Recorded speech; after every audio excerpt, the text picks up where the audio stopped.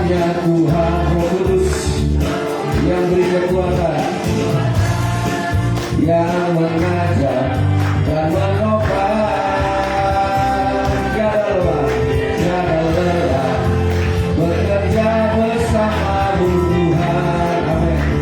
Selalu mencukupkan akan segalanya. Sekarang kita lelah bekerja di ladangnya Tuhan. Jangan lelah bekerja di ladangnya Tuhan. Roh Kudus yang beri kekuatan, yang mengajar dan menopang. Tiada lelah bekerja bersamamu Tuhan, yang selalu mencukupkan akan segalanya. Katakan anak bergelombang di bunga tanah yang berubah, menjadi siap dibangun di atas dasar iman. Katakan tanah bergelombang, tanah yang berubah, menjadi siap dibangun di atas dasar iman. Jangan lelah bekerja di ladangnya Tuhan. Roh Kudus yang beri kekuatan, yang mengajar dan menopang. Tiada lelah bekerja bersamamu Tuhan, selalu mencukupkan akan segalanya. Katakan tanah bergelombang di bunga tanah yang berubah, menjadi siap dibangun di atas dasar iman. Katakan tanah bergelombang, bunga tanah yang berubah, menjadi siap dibangun di atas dasar iman. Menjadi siap dibangun, menjadi siap dibangun di atas dasar iman. Haleluya, puji Tuhan. Salam Bapak Ibu sekalian. Ya puji Tuhan, pada saat ini kita bersyukur betapa baiknya Tuhan bagi kita Bapak Ibu, sehingga dari setiap kita yang hadir pada pagi hari ini kita bisa bertemu di rumah Tuhan. Untuk itu Bapak Ibu sekalian, mari kita berikan hati kita untuk datang menyembah Tuhan, supaya kiranya Tuhan memberkati kita Bapak Ibu. Sebelum kita memulai ibadah kita pada pagi hari ini, terlebih dahulu kita serahkan ibadah ini kepada Tuhan. Mari kita berdoa Bapak Ibu sekalian.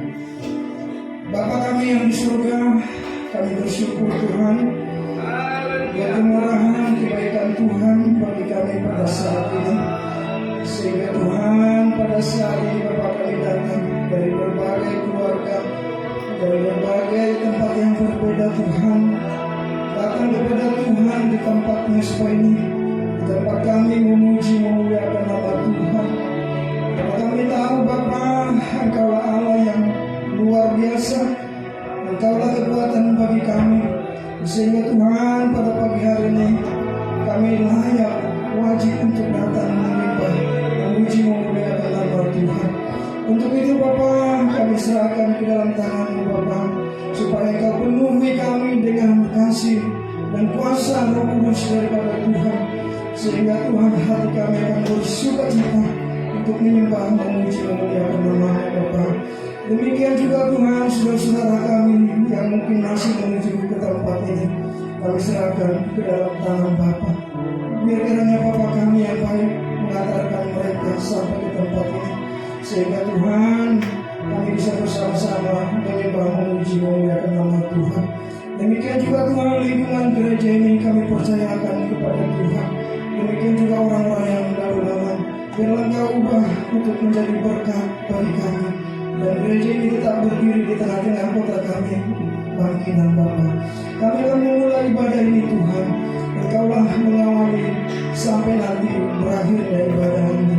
Nama-Mu dipermuliakan, Nama-Mu ditinggikan di tempat ini Pak. Terima kasih Tuhan Yesus.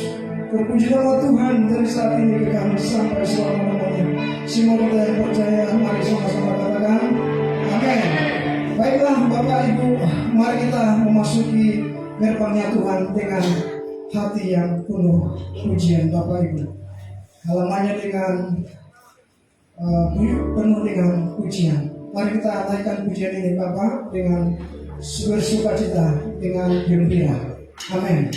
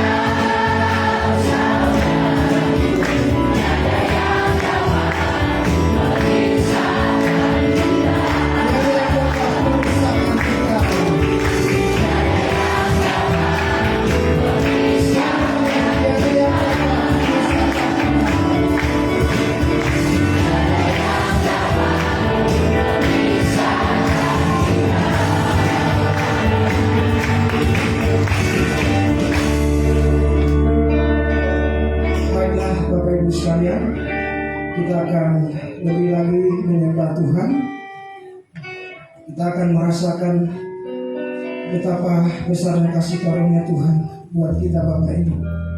Mari kita curahkan pikiran kita, biar kita merasakan kasih Tuhan ada dalam hidup kita.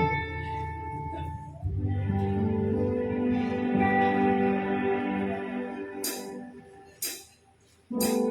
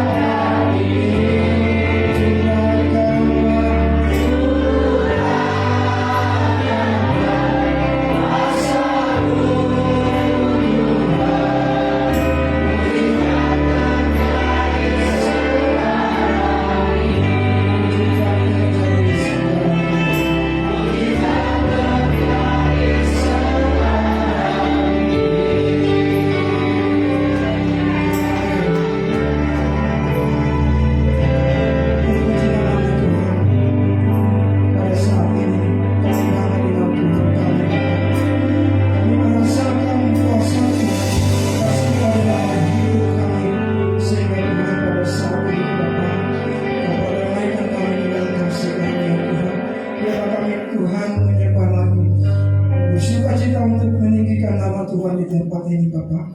Terpujilah nama-Mu dari saat ini kekal sampai selama-lamanya. Semua kita yang percaya sama-sama katakan amin. Salam Bapak Ibu sekalian, kami mohon untuk bangkit berdiri.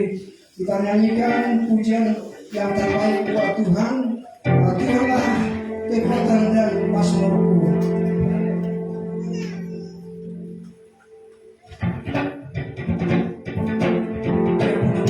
Dan keselamatan.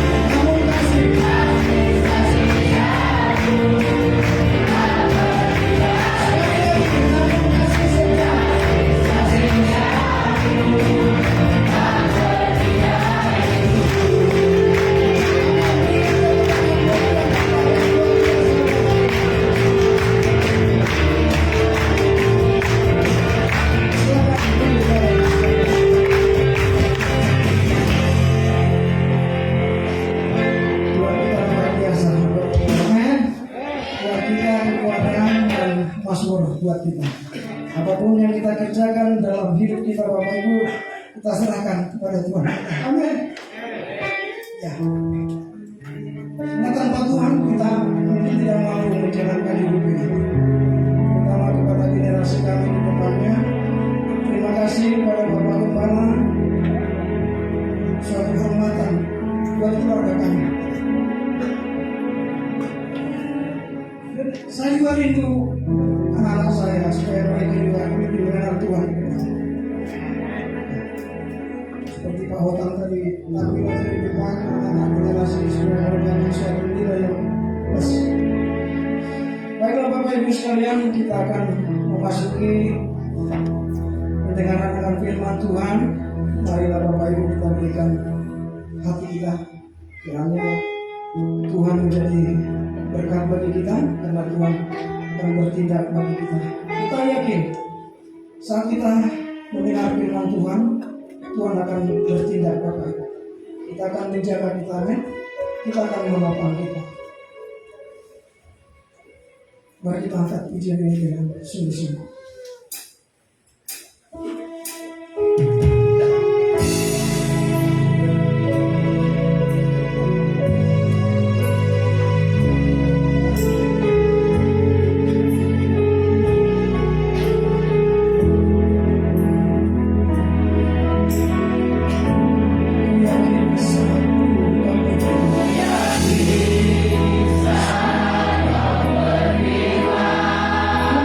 Saat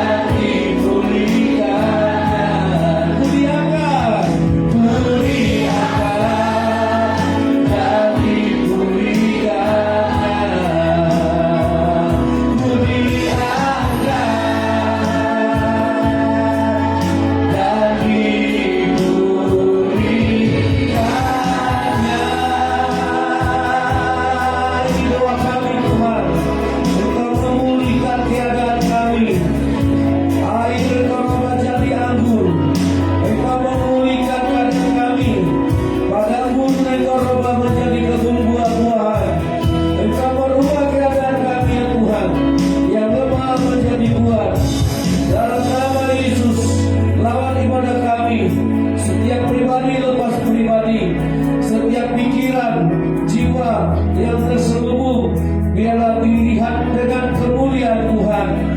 Biarlah Tuhan menaburkan benih-benih firman-Mu di hati yang percaya, di hati yang haus, supaya kami Tuhan menjadi pohon zaitun, menjadi pohon ara yang ditanam di dalam pelataran bait Allah.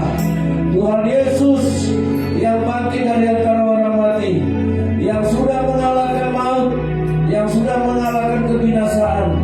Datanglah kerajaan-Mu, gembalakanlah domba-domba-Mu ke jalan yang benar, ke air yang tenang, kepada rumput yang hijau.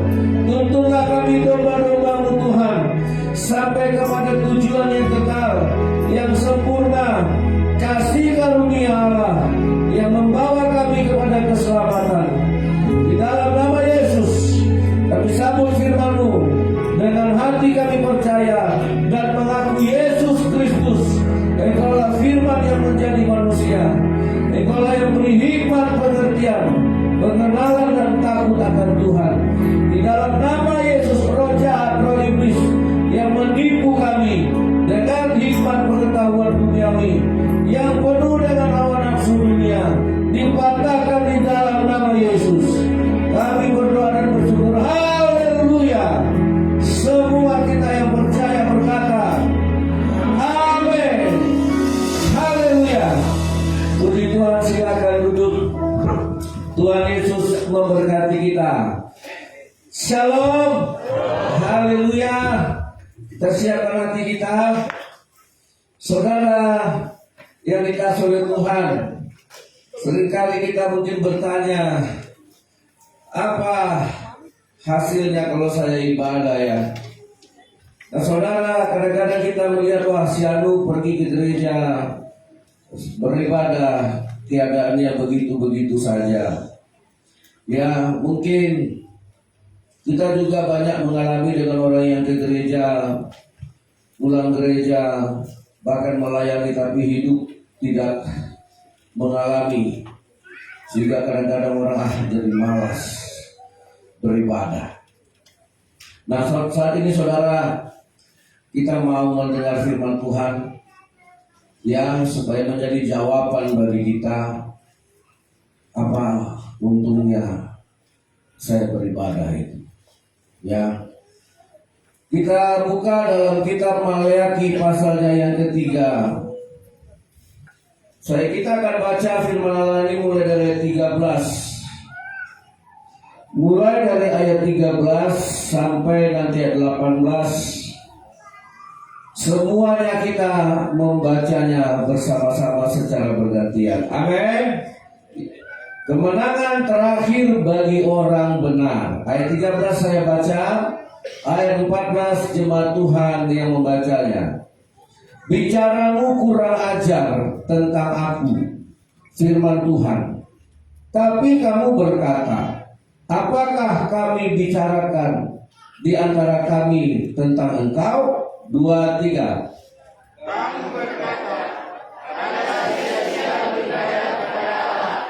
Apa untungnya kita memelihara apa yang harus dilakukan terhadapnya dan berjalan dengan pakaian bertabung di hadapan Tuhan semesta alam. Nah saudara, saya mau berhenti sebentar. Bicaramu kurang ajar tentang aku, firman Tuhan. Saudara, mungkin kita tidak menghujat dia ya.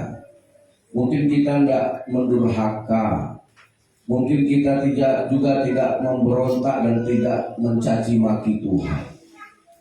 Tetapi di sini dikatakan kamu bicara kurang ajar tentang Tuhan ketika kamu berkata, adalah sia-sia beribadah kepada Allah. Pernah kita ucapkan itu? Apakah untungnya kalau kita beribadah? Apa untungnya kalau saya melakukan firman Allah? Apa untungnya kalau saya mengampuni orang? Apa untungnya kalau kita memaafkan? Ya. Apa untungnya kalau Tuhan suruh kita memberi, berkorban? Ini seringkali kita ucapkan. Ya mungkin kita tidak menghujat Tuhan, tidak mencaci maki nama Tuhan. Nah, ini saya mau masuk ke dalam hal yang benar saat ini. Kamu berkata adalah sia-sia beribadah kepada Allah. Apakah untungnya kita memelihara apa yang harus dilakukan terhadapnya? Dan berjalan dengan pakaian berkabung di hadapan Tuhan semesta alam. Ayat 15 silakan Bapak Ibu. 2, 3.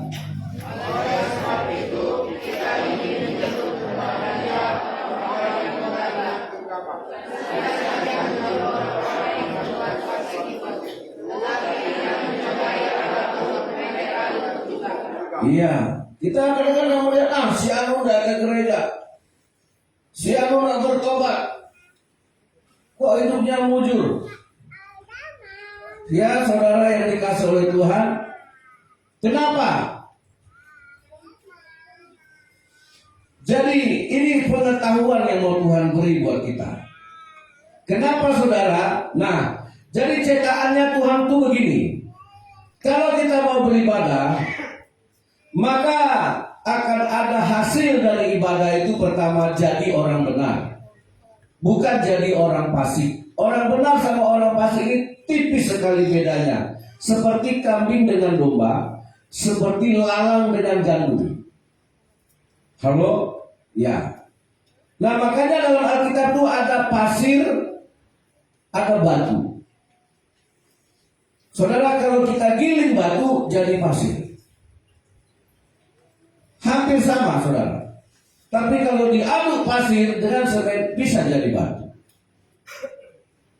Nah, ada selaput yang tipis. Ya, selaput yang tipis. Nah, biarlah Tuhan memberi hikmat kepada kita. Biarlah Tuhan membawa jemaat GPI Adik menjadi orang benar. Ayat 16. Beginilah bicaramu satu sama lain. Orang-orang yang takut akan Tuhan, Tuhan memperhatikan dan mendengarnya. Sebuah kitab peringatan ditulis di hadapannya bagi orang-orang yang takut akan Tuhan dan bagi orang-orang yang menghormatinya. Ayat 17 silakan. 2, 3.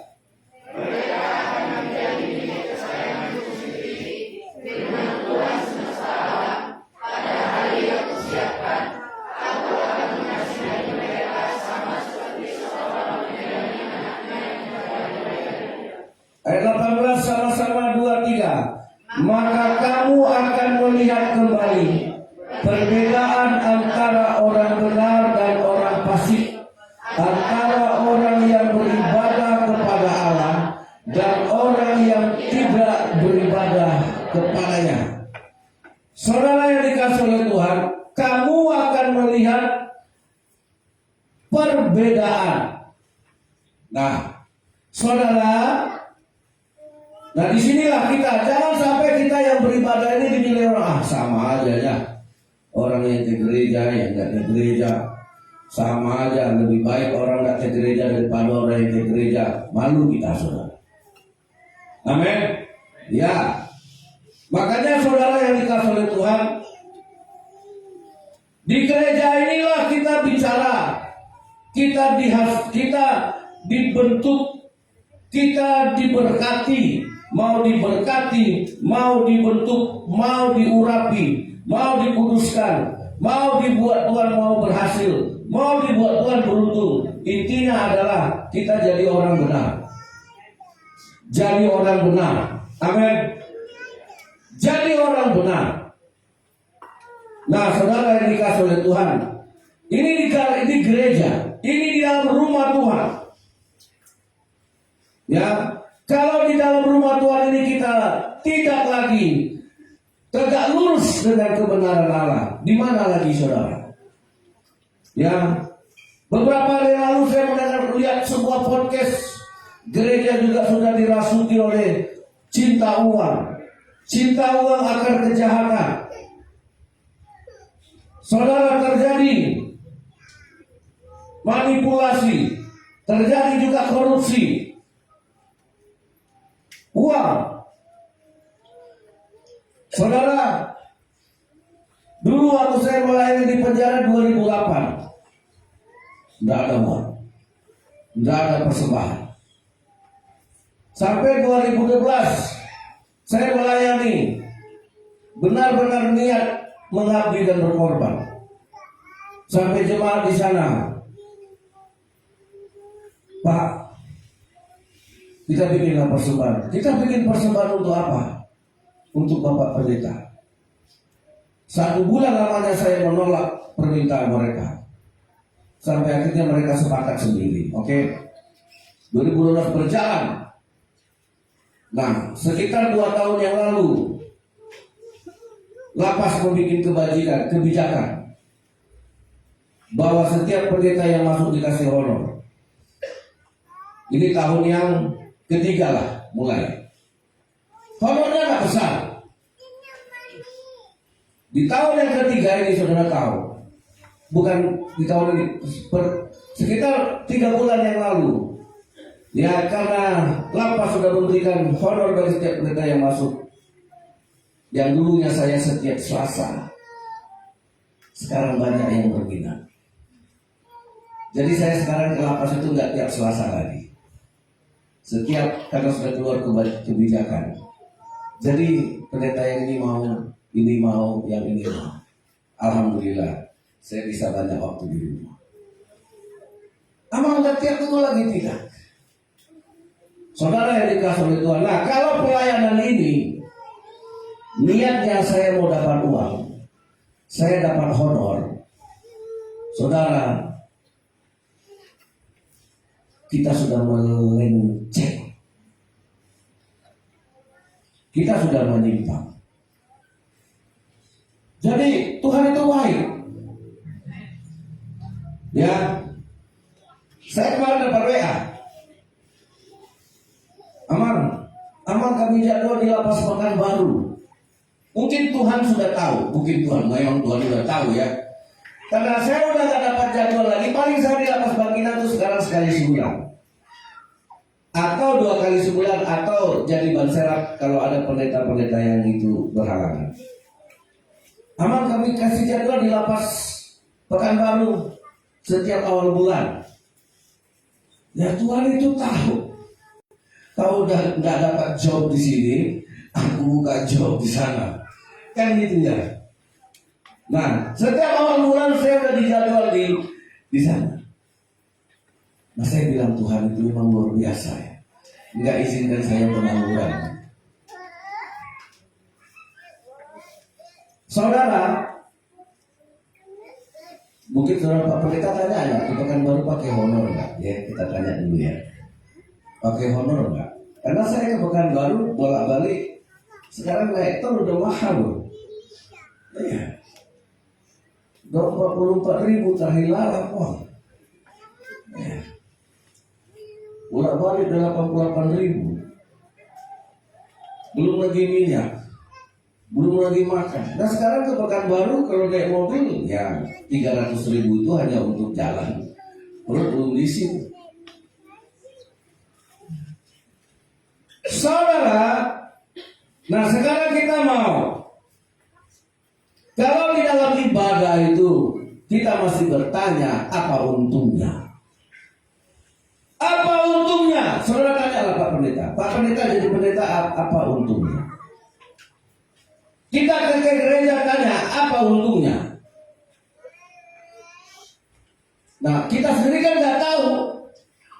Sehingga banyak orang ketika ada janji di pasar lebih menguntungkan kita pilih. Sehingga ketika ada janji yang lebih untung di tempat lain kita pilih. Tinggalkan gereja. Karena kebanyakan orang ke gereja juga dia nggak tahu untungnya apa. Ya.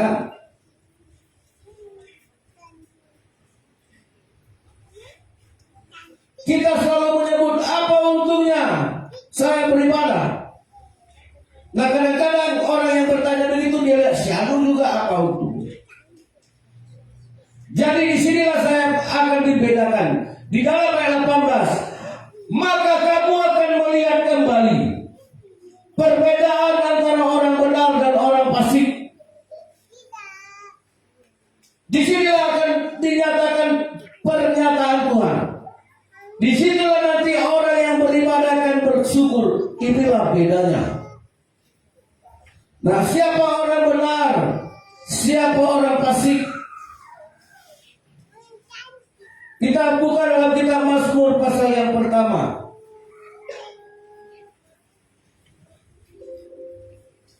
Mazmur pasal 1 ayat 1 sampai ayat 6. Nah, nanti kalau bisa bedakan ya, sangat berbeda. Ayat 1 saya baca. Berbahagialah orang yang tidak berjalan menurut nasihat orang fasik, yang tidak berdiri di jalan orang berdosa, dan yang tidak duduk dalam kumpulan pencemooh. Ayat 2.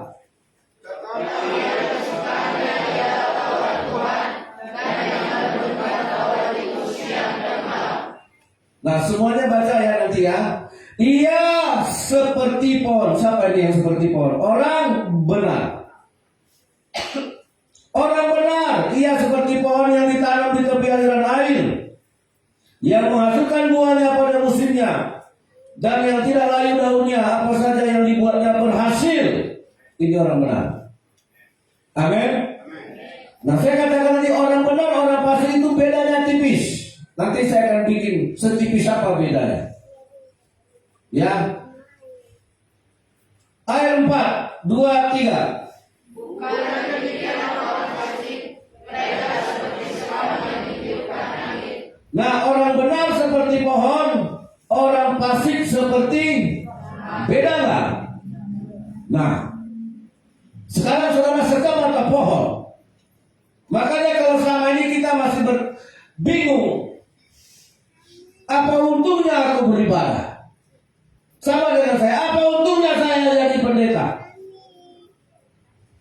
Ya, karena nilai kita masih nilai ekonomis. Coba kita tanya, kau mau jadi pendeta nggak? Wah, pendeta miskin. Pendeta itu susah. Memang jadi pendeta nggak boleh berharap jadi kaya dari jabatan pendeta. Sebenarnya jabatan apapun itu, apalagi juga guru. Kalau seorang guru, aku jadi guru nanti supaya aku jadi kaya, berhentilah jadi guru. Lebih bagus beli kebun sawit. Kalau kita buka kebun sawit terus kita bilang saya mau jadi kaya, wajar. Tapi ketika saya jadi pendeta, terus saya mau jadi kaya dengan jabatan pendeta, termasuk begitu juga Pasitonga, begitu juga Pahotan kalau jadi guru. Ya, kalau seorang guru, seorang tentara dengan jabatan itu ingin jadi kaya, nyeleweng nggak? Pasti. Karena jabatan itu tidak memungkinkan kita untuk jadi kaya. Ya makanya kalau mau kaya ya jualan, di dagang, bisnis. Saudara, kalau di luar negeri beda dengan di Indonesia. Ini saya agak menentang sedikit. Di luar negeri anak-anak yang pintar, juara-juara di sekolah, juara-juara di kampus. Sudah tahu? Itu ditawarkan negaranya jadi guru. Enggak jadi akpol, enggak jadi menteri.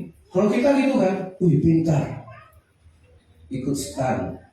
Pintar, ikut akmil. Pintar, jago nilainya, iya kan? Jadi dokter, itu beda. Kalau di negara-negara maju anaknya pintar itu jadi dosen, itu jadi guru. Makanya gaji guru di Singapura itu mahal, gaji guru di Australia itu mahal. Makanya orang berheran, kok gaji guru di Indonesia rendah? Ya ada harga, ada barang, ya kan?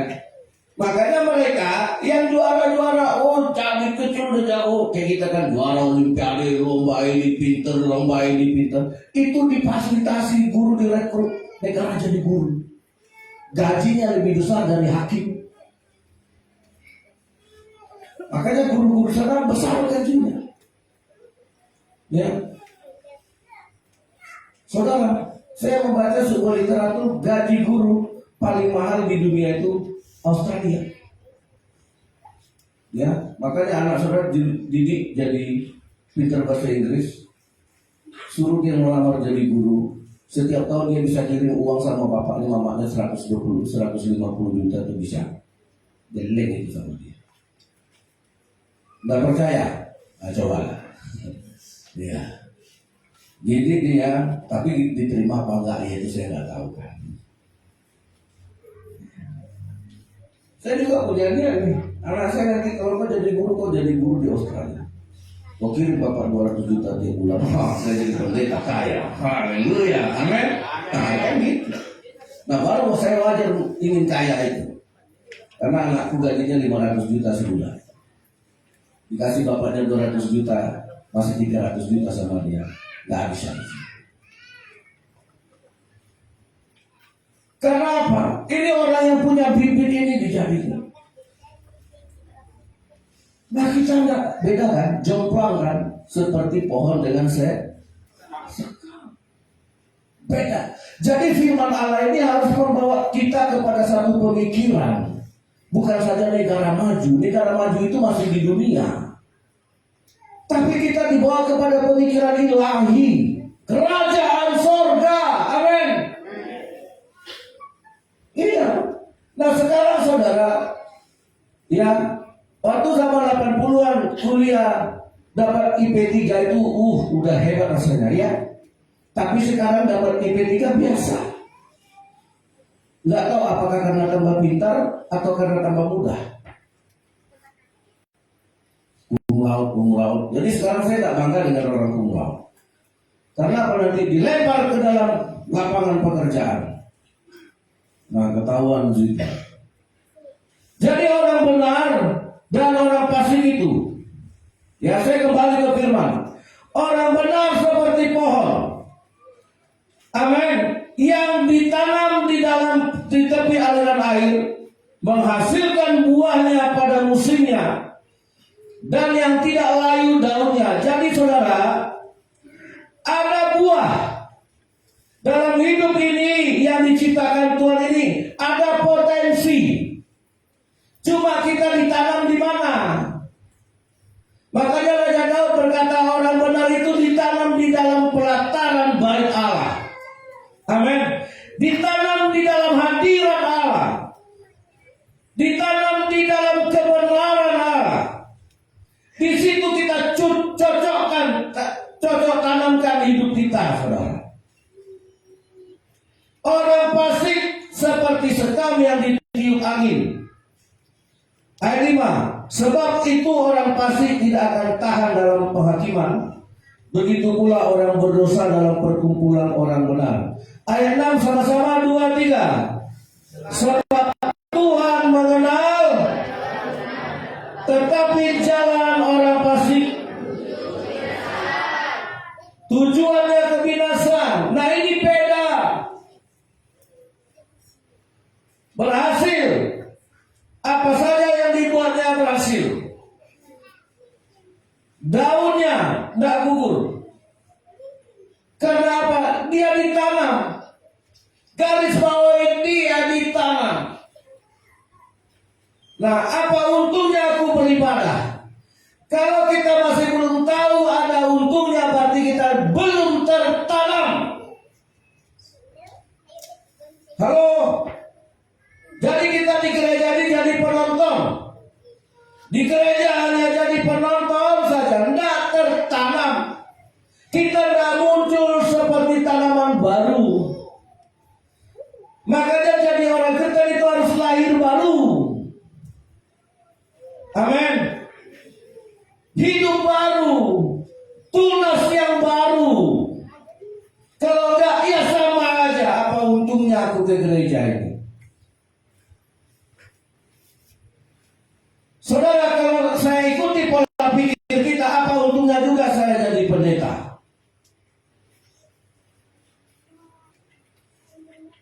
Jadi saya juga tidak jelas.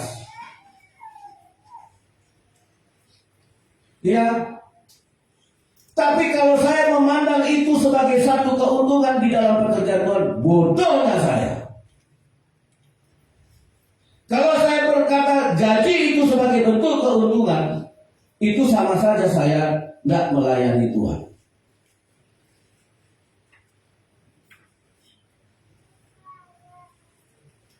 Jadi saudara yang dikasih Tuhan, saya merasa kalau tidak tertanam dalam pelayanan ini, kalau hidup saya tidak tertanam tenggelam, saya akan bilang rugi saya melayani. Iya, saya berenam bersaudara. 5 saudara saya secara ekonomi jauh meninggalkan saya. Kalau diukur dari situ, apa untungnya? Tapi ketika kita melihat Tuhan bekerja itu, ya berhasil.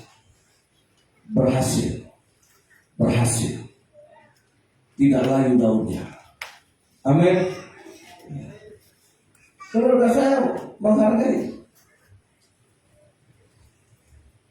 Ya, makanya waktu bere saya menikah di pemberkatan di Kuala Lumpur, di Yaman, bukan di Kuala Lumpur,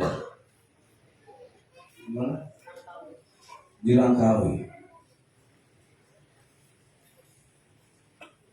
Kami sekeluarga itu. Dari mana saya dapat? Kalau kita hitung-hitung, saudara.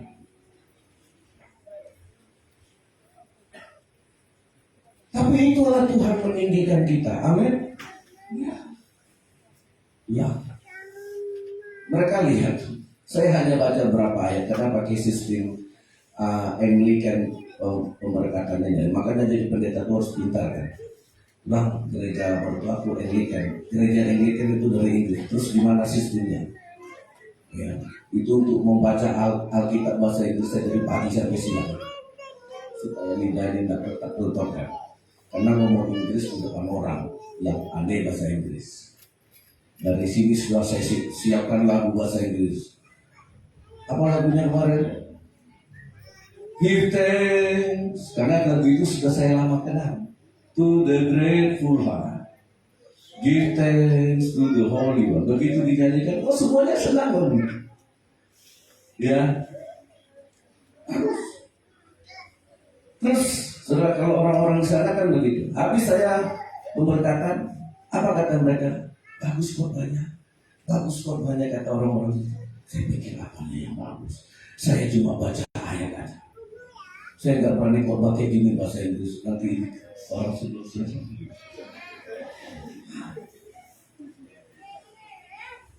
Saudara, nah orang benar itu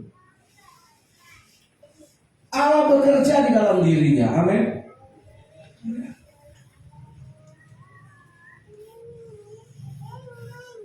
Sampai kita melihat ada perbedaan. Jadi saudara, ini orang benar. Orang benar yang kedua di dalam perjanjian baru. Ya. Supaya kita lihat apa untungnya dan apa bedanya. Matius pasal 7.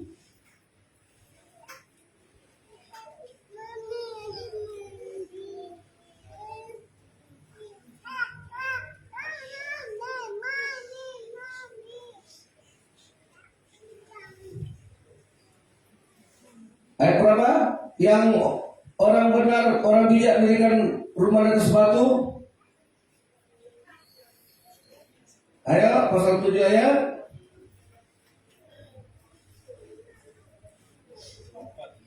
Ayo kita baca. Matius 7 ayat 24. Setiap orang yang mendengar perkataanku ini dan melakukannya, ia sama dengan orang yang bijaksana yang mendirikan rumahnya di atas batu. Ayat 25, silakan 2, 3.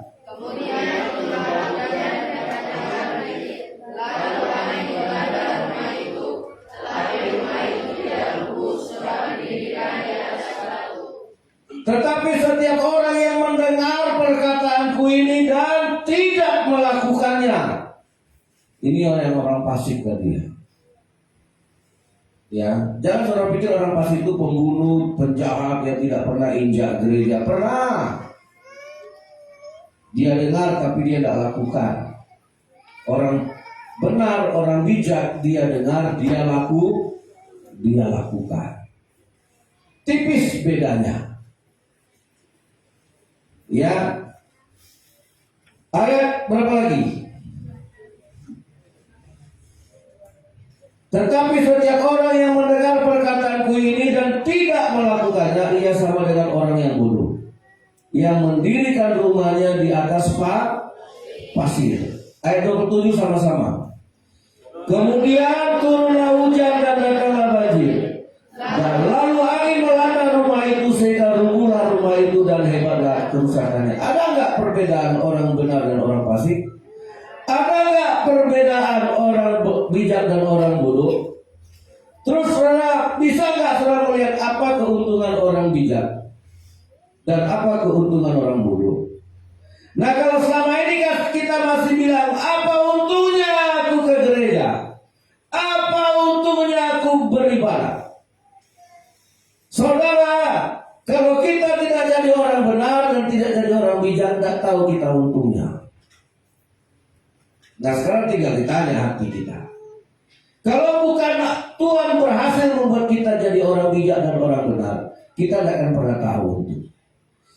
Nah, orang ini tahu, orang bijak, orang bodoh sama-sama bikin rumah atau sama-sama punya rumah. Amin. Sama-sama punya pekerjaan, sama-sama punya usaha, sama-sama kena hujan, sama-sama kena banjir, sama-sama kena badai, sama-sama kena bencana. Sama. Tapi yang membedakannya, disinilah keuntungannya. Ketika datang banjir menghantam, badai angin menghantam rumah, rumah orang bodoh akan hancur, rumah orang bijak akan berdiri. Disitulah untungnya. Amin. Amin. Saudara, zaman ini ketika Los Angeles itu terbakar, itu ketika terbakar, kecepatan angin mengembus api itu 95 km per jam. Bayangkan bagaimana orang bisa memadamkan api sedangkan angin yang meniupnya. Pernah nggak Bapak Ibu waktu di kampung meniup api, bara api di Tataring? Benarnya kau tahu Tataring? Tidak tahu.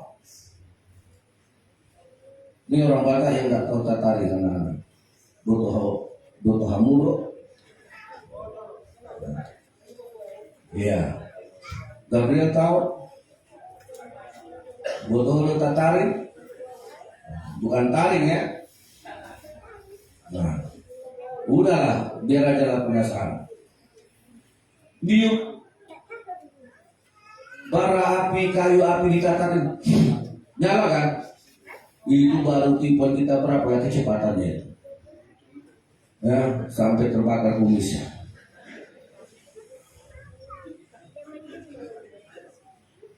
Makanya kalau hitam mulut orang tua kita jangan dihina ya. Nah, itulah itu. Kalau di sini kan dibikin orang lidah sate lidah.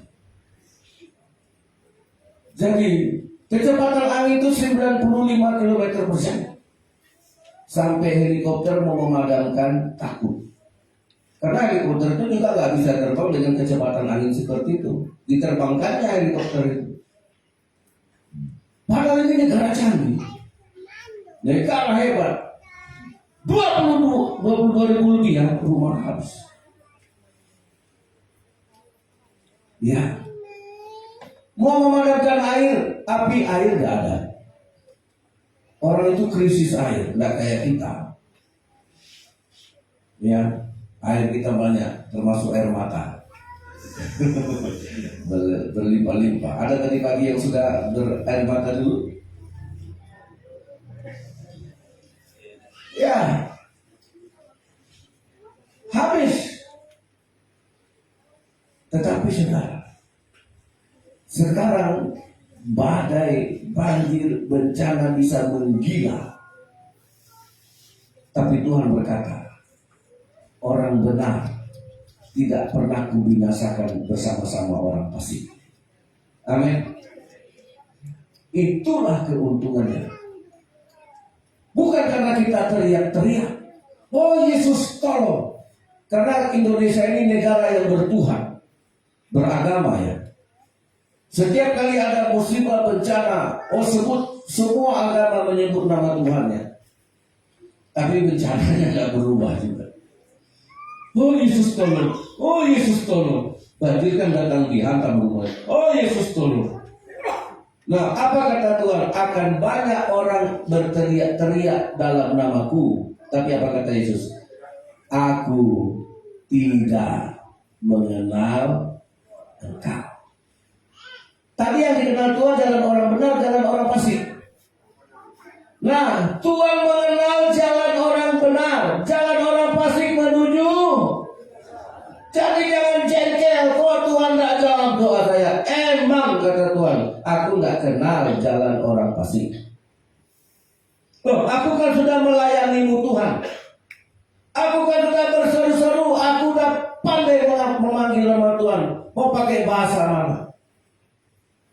Saya pernah lihat itu, saya ajarin anak saya waktu ada orang kesurupan di YouTube itu. Si pendeta mau pakai bahasa roh, mau pakai bahasa Inggris. Capek dia pakai bahasa Indonesia, dia pakai bahasa Inggris. Saya tanya keluar nggak pengen pulang? Nggak keluar saya tanya. Karena saya tanya nggak tahu bahasa Inggris sekali. Diusir pakai bahasa Indonesia nggak keluar. Diusir pakai bahasa Inggris juga nggak keluar. Diusir pakai bahasa roh juga nggak keluar. Akhirnya pendetanya lepas. Saudara, ini nggak aman.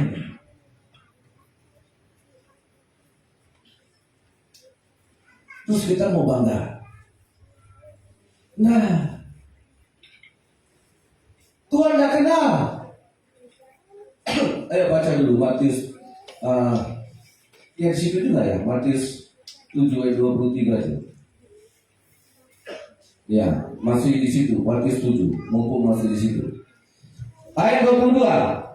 Matius 7 ayat 22, pada hari terakhir banyak orang akan berseru kepadaku, Tuhan, Tuhan, bukankah kami bernubuat demi namamu dan mengusir setan demi namamu dan mengadakan banyak mujizat demi namamu juga?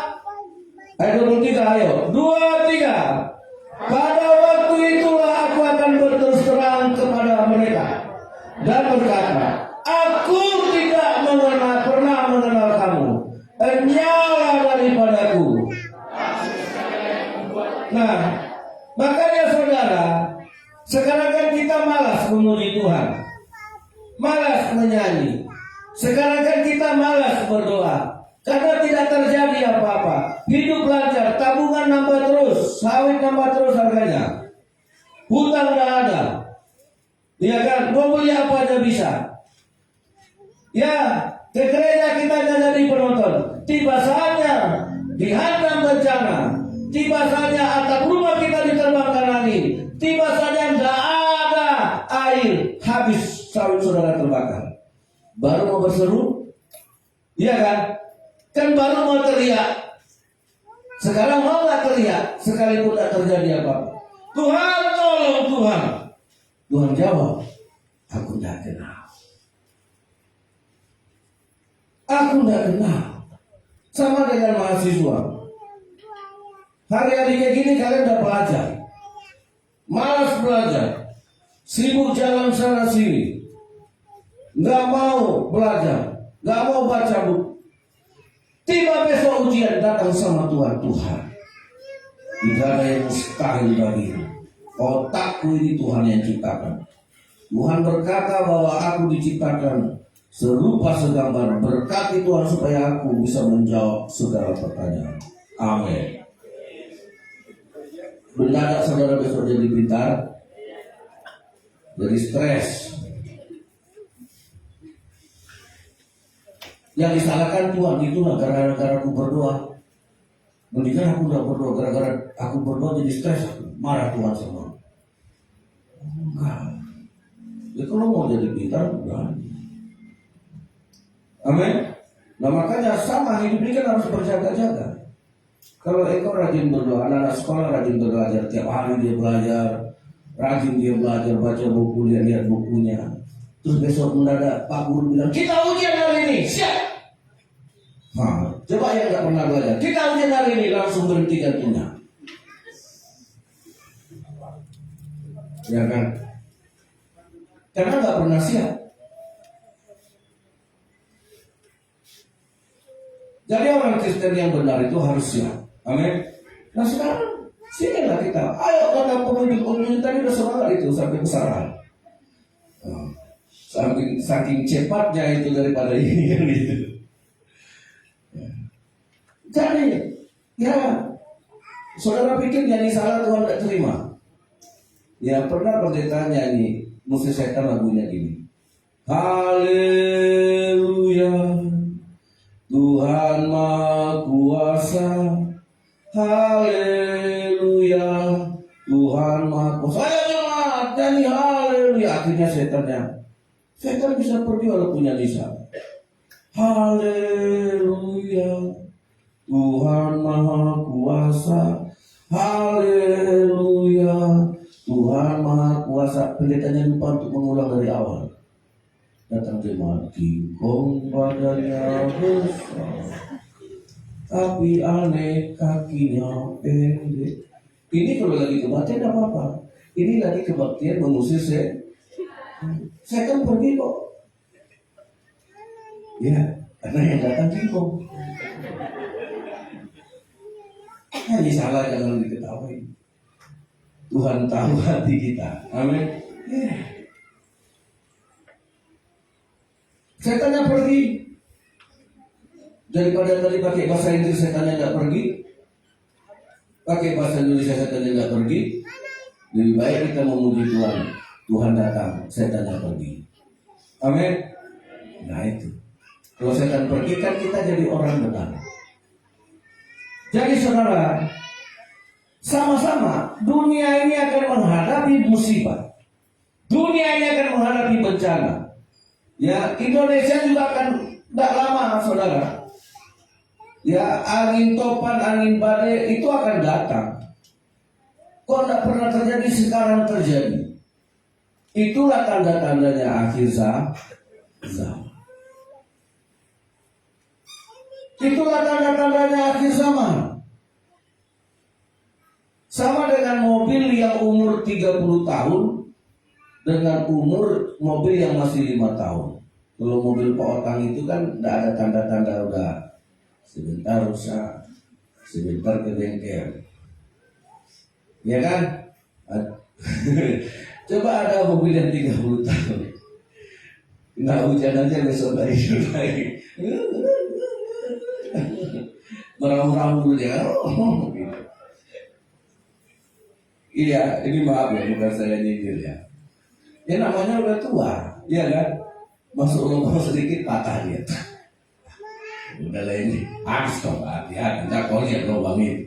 Tapi kalau mobil yang baru keluar dari showroom kena lubang, terasa nggak? Bunyinya gini, paling gitu aja. Nggak terasa kan? Tapi kalau mobil yang umur 30 tahun kena lubang, gerak. Udah dibentak. Nah bumi ini katanya sudah tuir, udah sahur sama Tuhan. Udah dipestakan, udah banyak biayanya nih. Iya.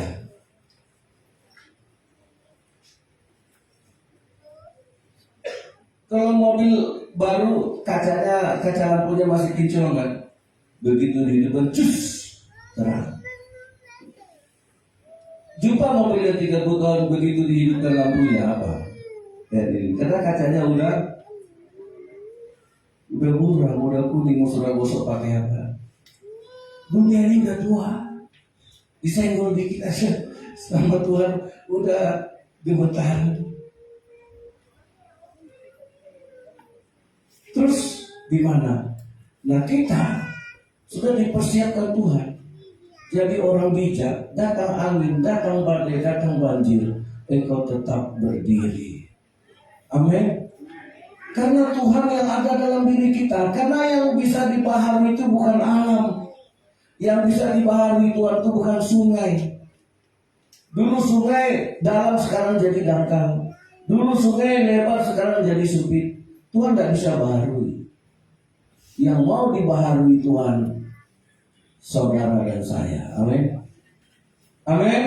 Ini ciptaan yang bisa di-renewing, diperbaharui. Nah makanya, apa untungnya aku beribadah hari ini? Kamu tidak akan pernah merasa beruntung kalau tidak jadi orang benar. Saudara lihat, di ujian akhir hidup kita, kita nanti baru tersadar. Tapi disitulah pemisahan yang sangat jelas. Matius pasal 7, pasal 25. Nih, ya, Matius pasal 25. Bentar ya, saya ayat 31. Penghakiman terakhir, Matius 25 ayat 31. Apabila Anak Manusia datang dalam kemuliaannya dan semua malaikat yang gak ada yang absen, semua malaikat bersama-sama dengan Dia, maka Ia akan bersemayam di atas tahta kemuliaannya. Ayat 32, 23.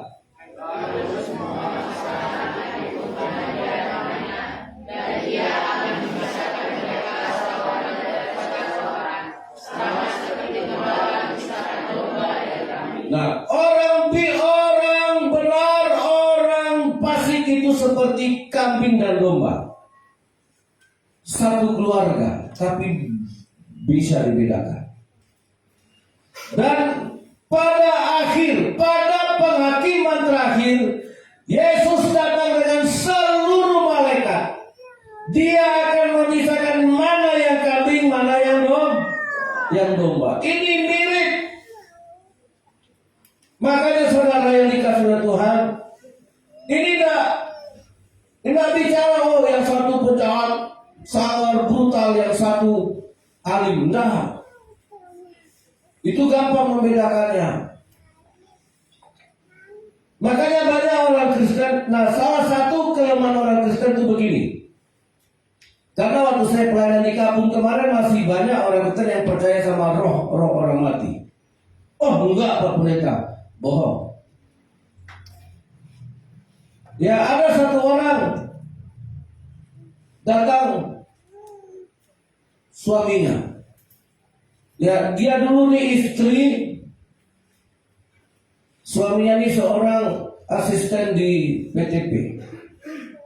Selama hidup mereka terkenal pasangan yang mesra.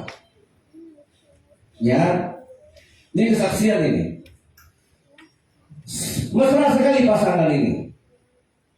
Di gereja duduk bersama, bahkan mereka jarang orang Batak begitu kan, jalan pegangan tangan. Pokoknya suami ini sangat mesra sama istrinya. Satu hari meninggal suaminya. Suaminya meninggal, tidak lama umur pernikahan mereka nih.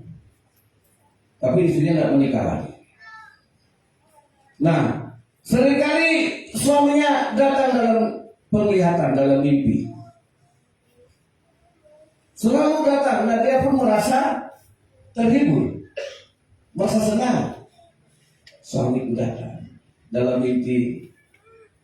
Nah, saudara, berjalan waktu, satu hari istri ini pun mengalami pertobatan.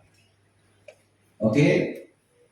Mengalami pertobatanlah istrinya ini dan mulai lahir baru. Tahu firman, rajin, ikut doa, rajin, ikut kegiatan gereja. Intinya mulai dia mengenal firman. Saudara, udah bertahun-tahun suami ini datang dalam mimpinya. Nah, ketika dia sudah mengenal firman bahwa tidak ada hubungan orang mati dengan orang hidup. Orang mati rohnya kembali kepada Allah. Nah, selama ini dia tidak tahu firman itu. Sehingga dia nikmati itu mimpi-mimpi ketika suaminya datang dalam mimpi, bisa ngajak dia jalan, bisa mengingatkan semua memori-memori. Tapi begitu dia firman, mengenal firman, oh berarti iblis menyerupai suami saya. Tapi kok gitu ya? Nah, satu hari dia bermimpi lagi. Ini baru kemarin, saya kan kemarin di Kabul bikin apa ya? Tahun baruan dengan jemaat. Jadi dia ketika mimpi itu datang lagi setelah dia bertobat, dia tahu, firman Tuhan berkata, nggak ada hubungan orang mati dengan orang hidup. Tuhan bilang orang mati rohnya kembali kepada Tuhan, nggak mungkin bolak-balik. Surga turun lagi, naik lagi, ongkos mahal sekarang. Setelah dia tahu firman, begitu dia mimpi, dia lawan saudara. Kau bukan suamiku. Dalam nama Yesus, pergi pada suamiku. Saudara tahu, setan yang dalam mimpi yang menyerupai suaminya, kenapa kau setega itu sama aku? Bukankah selama pernikahan kita aku baik sama kau? Bukankah kita selama ini tidak ada masalah? Tapi karena dia sudah tahu firman, ya saudara, dia lawan. Tidak, kau bukan suamiku lagi. Tidak akan datang lagi. Ditolak dalam nama Yesus. Dalam mimpi itu suaminya membalas, aku kan suamimu. Kok tega kau mengusir aku? Tapi untung kuat imannya. Dia sempat agak goyang juga imanku, abang katanya. Nah, saya lawan dalam nama Yesus. Kau bukan suamiku. Kau bukan suamiku. Pergi dalam nama Yesus. Saudara tahu, ini kesaksian ibu ini. Berubahlah gambar suami lagi jadi wajah yang mengerikan. Benar memang rupanya itu setan menyerupai. Ayo, orang Kristen masih banyak yang gitu, Pak. Datang mamaku jadi malam, lepas juga rinduku. Coba usir. Jangankan setan menyerupai orang tua kita, keluarga kita yang meninggal, setan menyerupai malaikat bisa nggak? Bisa. Ini yang baca kita pasti tahu ini. Jangankan setan menyerupai malaikat, setan menyerupai Mesias, Yesus sendiri bisa nggak? Setan itu jago meniru. Nah, di akhir zaman ini jangankan setan menyerupai orang yang sudah meninggal. Seperti kemarin yang baru meninggal pulang dari gereja itu. Baru pasar ini kan. Di YouTube apa sih? Mereka mau menikah, pulang dari rumah mereka sering tabrakan di jalan meninggal. Ya. Nah itu kalau dia tidak kenal Tuhan, terus datang suaminya, datang calonnya, dari juga. Nah banyak orang itu terjebak. Nah terus orang fasik dengan orang benar harus ada bedanya. Amin. Amin. Makanya orang benar harus tertanam di dalam firman. Dia harus punya pengenalan akan firman. Jangan saudara nikmati.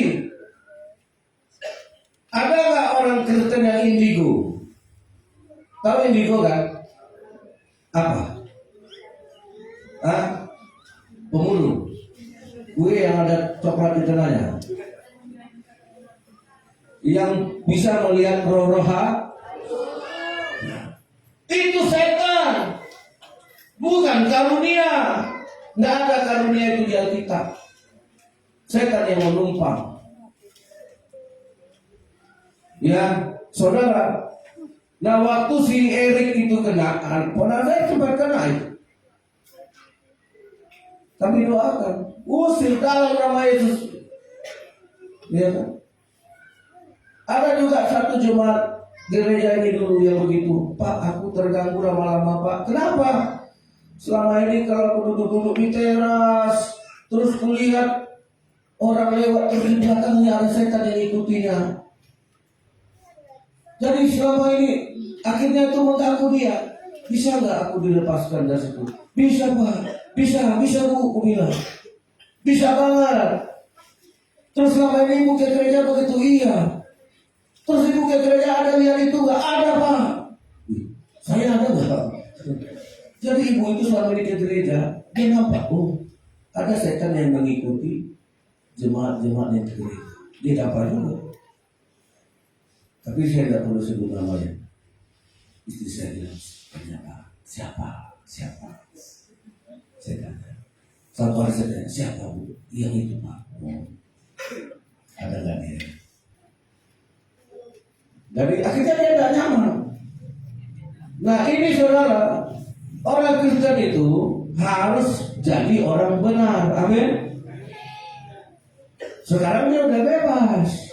Udah enak, gak ada lihat, Pak, waktu Pak suami saya lagi mendoros, pergi kami ke acara orang lihat, ada dia di situ. Jadi itu ada yang dilihatnya. Rupanya banyak makhluk-makhluk halus itu saudara. Gak tahu mungkin di kolong mobil itu ada.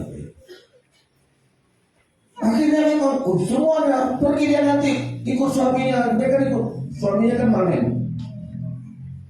Begitu suaminya manen, dia lihat bukan beronolan yang dilihatnya. Oh ada di situ. Dia rupanya bukan hanya ninja berondolan yang banyak saudara. Ya, dia ini ninja berondolan itu juga bawa penjaga-penjaga. Ya. Makanya orang, khususnya orang kita Batak, masih banyak yang percaya pada roh kemah dan itu roh iblis. Amin. Usir dalam nama Yesus. Itu makanya kita berpikir kita Kristen, padahal kita orang fasik, saudara. Padahal kita orang fasik. Amin. Jadi kalau nanti malam datang mimpi itu apa yang saudara lakukan? Usir, jangan pula dikasih rokok kesukaannya. Sudah datang dia, beli dulu rokok, taruh di meja. Sudah datang dia, besok dia waktu hidup suka ayam napi nadar itu. Wah, repot. Mendingan saudara kasih saya ayam. Besok saya pasti datang lagi. Iya, setan dikasih ayam datang. Amin. Jangankan setan, Pak Otang aja sudah kasih kopi ayam bakar, besok datang lagi nggak? Di gereja ini juga, setiap habis ibadah kita bikin babi panggang, banyak yang datang nggak? Nah kita aja datang mulai setan. Makanya kalau datang mimpi begitu, langsung iya ya, kuburan mama kita kemarin dipijak sama kerbau, patah salibnya, makanya mama kita datang. Iya. Pergilah ke kampung, walaupun tidak ada duit, utang pun jadilah. Sepeda. Kita terlalu percaya sama roh teman, sama dia. Usir itu dalam nama Yesus. Mari kita jadi orang Kristen yang menjadi orang benar. Amin. Akhir zaman, penghakiman terakhir, Tuhan akan membedakan ini kambing, ini domba. Dua-duanya hampir sama. Tapi Tuhan mengenal domba karena itu gembalaannya. Tuhan tidak mengenal kambing karena kambing bukan gembalanya Tuhan, bukan yang digembalakan Tuhan. Amin. Mari kita berdoa. Kita nyanyikan pujian. Biar roh Tuhan yang menghidupi kita, roh-Mu yang hidup. Mari kita nyanyikan, angkat suara kita. Jangan nanti setelah terjadi musibah baru kita teriak-teriak panggil Tuhan. Sekaranglah saudara keluar dan suara. Roh-Mu yang hidup, Tuhan. Mari angkat suara saudara. Supaya satu hari nanti mungkin peristiwa yang buruk terjadi. Gak perlu engkau berdoa, Tuhan akan membela engkau. Karena rumah orang benar akan tetap berdiri.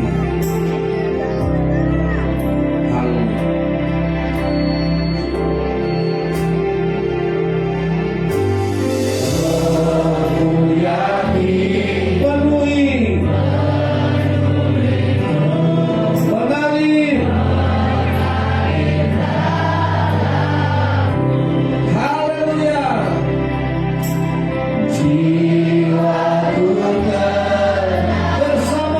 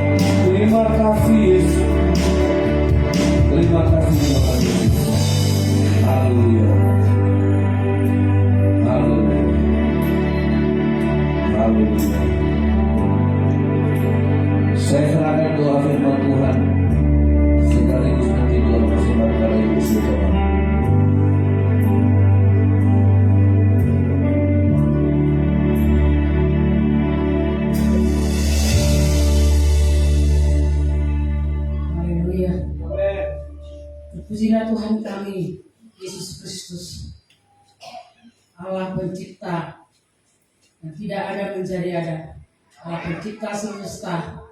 Pujilah Engkau Allah kami, Raja dari segala raja, yang berkuasa bertahta di bumi seperti di surga.